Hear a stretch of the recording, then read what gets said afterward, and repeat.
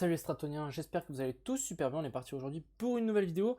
Donc je tenais aussi à vous dire que ces prochains jours, je ne serai pas forcément connecté tous les jours. Je ne ferai pas une vidéo tous les jours et les lives non plus. Parce qu'en fait, je suis en vacances. Donc voilà. Et je pense que tout l'été, ça va être un petit peu quand est-ce que le marché est intéressant, je fais une vidéo, etc. Je ne vais pas forcément faire une vidéo tous les jours. Enfin bref, j'espère que vous comprendrez ma position.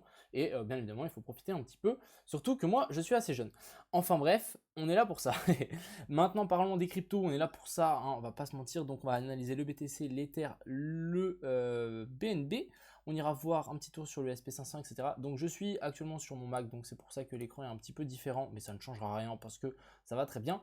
Et ensuite, on ira analyser le Sol, le Ape, le Axe, et on ira voir aussi 2-3 petites choses sur Twitter, des choses assez intéressantes, différents scénarios qu'il faut que je vous partage. Enfin bref, j'espère que cette vidéo vous plaira, et puis nous, on est tout de suite parti. Crypto,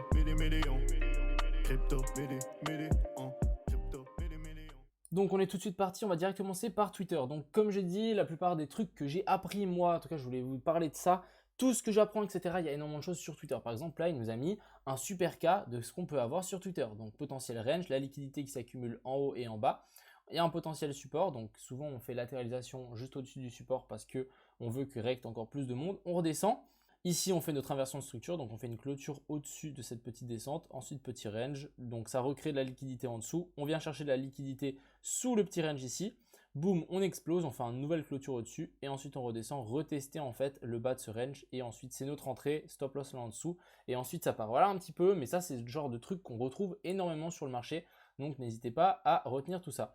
Ici, petite analyse aussi assez intéressante du côté ici du BTC sur lequel on pourrait largement se retourner, trouver en fait la liquidité qui se retrouve là au-dessus. Personnellement, je pense qu'on peut retrouver des liquidités encore un petit peu plus haut, on verra, mais voilà, on peut encore se retourner. Ici, on a petite analyse de l'Ether, donc en vague d'Elliott, donc ici on a une A, B, et puis, elle est où la C ouais, ici, la A est plus loin, donc par là en bas. B, C, ensuite ici on recorrige donc en 1, 2, 3, 4, et du coup il nous manque notre 5, et ici on a bien corrigé en A, B, C. Donc techniquement il nous manquerait une 5. Et du coup invalidation si on passe au-dessus des 2000$ pour cette petite analyse. Je trouve ça assez intéressant que les gens mettent leur invalidation parce que souvent un plan ça s'adapte. Ensuite ici, donc je pense qu'il a pris le bottom ici, un ancien bottom qu'on a vu sur le Bitcoin. Donc voilà, potentiel scénario qu'on pourrait avoir. Pourquoi pas remonter jusqu'ici pour rejeter. Je vais vous montrer les différents scénarios. Et ici, donc en plus grosse time frame, on pourrait en fait avoir une énorme vague d'Elliott. Donc depuis ici, le bottom à 3000, ensuite pump, le dump du Covid, ensuite le premier on est monté à 69 000, on redescend donc ici correction A, B et puis C, et ensuite on devrait regrimper vers la zone des 330 000, je ne sais pas si vous vous souvenez, mais c'est toujours ma target pour ce cycle, donc la zone des 330 000$ pour un BTC. Donc voilà, je voulais vous montrer, on avait ça aussi, un petit fractal, je trouvais ça assez intéressant. Donc là, à côté ici on a Google, et ici on a le Bitcoin, Google qui pump, on a ce gros triangle de compression, cassure, latéralisation, donc une potentielle A, B, C, et ensuite redécollage. Donc c'est assez intéressant, je voulais aussi vous montrer tout ça. Ce genre de petit scénario, toujours sympa à avoir sous le coude. Si bon, on va direct commencer par mon ancienne analyse, hein. Je ne sais pas si vous vous souvenez de cette petite analyse, mais on l'avait fait ensemble. Donc j'avais parlé d'ici une potentielle chasse aux liquidités qui se retrouvait là en dessous. Finalement, on l'a bel et bien eu. Vous voyez ici, petite chasse aux liquidités avant de pumper. Finalement, ça n'a vraiment pas suffi et on est revenu retaper donc ma fameuse zone de POI. Ici, on peut peut-être imaginer ici une épaule tête-épaule inversée qui s'est formée pour ensuite pumper sur la zone de POI. Ce qui est très intéressant, c'est que on n'est pas revenu faire un nouveau plus bas. Donc ça veut dire quoi? Ça veut dire simplement que en fait, ici en dessous, on a la liquidité qui s'est placée. Vu qu'on a fait deux equal low, donc deux lows, donc deux plus bas au même niveau, ça veut dire que bien évidemment les gens qui avaient mis des stop loss là en dessous n'ont pas été pris. Là, on a une grosse poche de liquidité et je mets ma main à couper que énormément de chances en fait qu'on y revienne avant de vouloir partir. Je ne sais pas quand on va y revenir, mais on va à mon avis y revenir avant de vouloir vraiment repartir beaucoup plus fort vers le nord. C'est vraiment quelque chose de super simple et basique dans la smart money, c'est vraiment la liquidité. On viendra la prendre avant de repartir.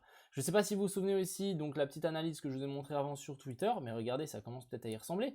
Ici, on a notre range. Ensuite, on devrait avoir cette petite redescente pour ensuite repartir. Regardez ici, on n'a pas notre range ici qui commence à se former. Petit range, hop, hop, hop. Pourquoi pas faire une descente en dessous, repartir et du coup, en fait, nous faire ce qu'on a eu là. Nous faire ce qu'il y a eu ici, ce qui sera assez intéressant d'ailleurs. On a là ce plus bas, ce nouveau plus haut, petit range.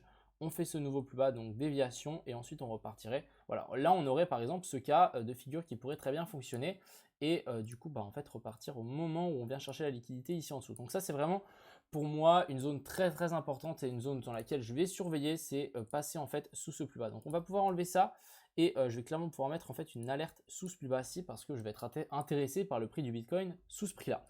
Maintenant, différents scénarios au nord, on a la liquidité qui s'est formée ici, on a de la liquidité aussi qui s'est formée là. Donc ça, c'est des zones sur lesquelles on va y revenir, on est en train d'ailleurs d'y revenir. Deux petites zones assez intéressantes qui ont de la liquidité, ont des stop loss ici à potentiellement venir péter. Donc deux options, on peut clairement monter, soit on passe juste au-dessus de ça et ensuite on rechute, soit en fait on vient chercher jusque là et là on fait une petite mèche au-dessus de ça. Si on a une clôture au-dessus, là ça serait un breakout de la structure. Si on a une cassure au-dessus de ça, là on va pouvoir vraiment s'imaginer que voilà, on redescend et là ça repart. Et si on fait ça, c'est vraiment, je vais repasser clairement bullish sur ce BTC. Mais tant que c'est pas le cas, tant qu'on n'a pas ça, c'est clairement range, on se fait un petit peu chier et on attend des opportunités de short et de long étant donné qu'on est dans un range, donc autant shorter le haut et long le bas. Donc voilà vraiment le style d'analyse et ce que j'attends c'est soit ça, soit ça. Si on a une clôture au-dessus de ça, là ça nous inverse le marché, donc on va pouvoir attendre une plus bas, revenir chercher la zone de POI pour ensuite repartir. Si on a des petites mèches, là on va pouvoir se dire ok, là il y a une forte chance qu'on revienne chercher ça, voire chercher un nouveau plus bas ici. Je rappelle que le plus bas, pas forcément il est là, on peut largement venir chercher plus bas. J'ai vu des gens qui commençaient à long sur le BTC ici, qui commencent à être un petit peu plus sereins qu'avant. Du coup je me dis pourquoi pas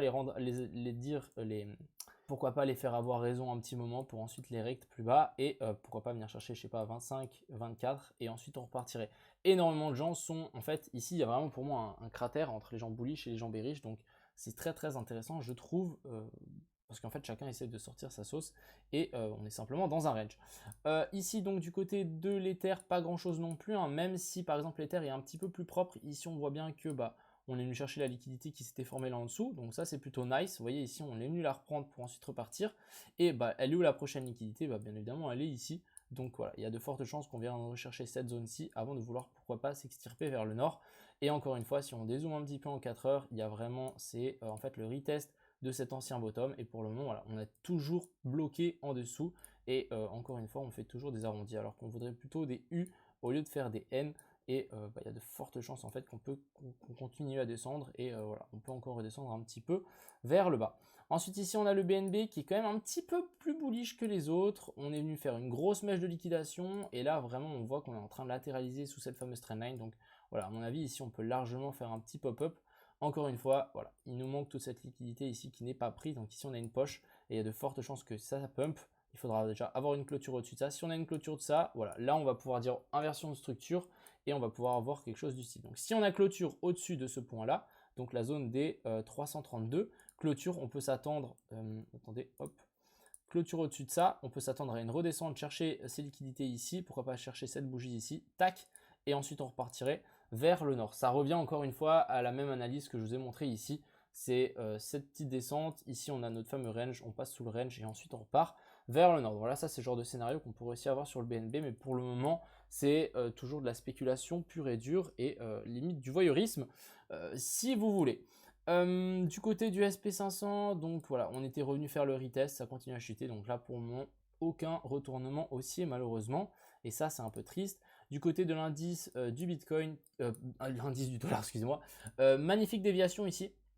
Donc ici on le voit bien, hein, donc cette ligne c'est les anciens tops, magnifique déviation, et ensuite on est venu faire un joli petit retest bearish sur cette fameuse zone. Donc je rappelle que si l'indice du dollar est baissier, ça veut dire de fortes chances, il y a de fortes chances que les cryptos reprennent un petit peu un petit coup de boost un petit coup de boost, voilà, c'est tout ce que j'ai à dire.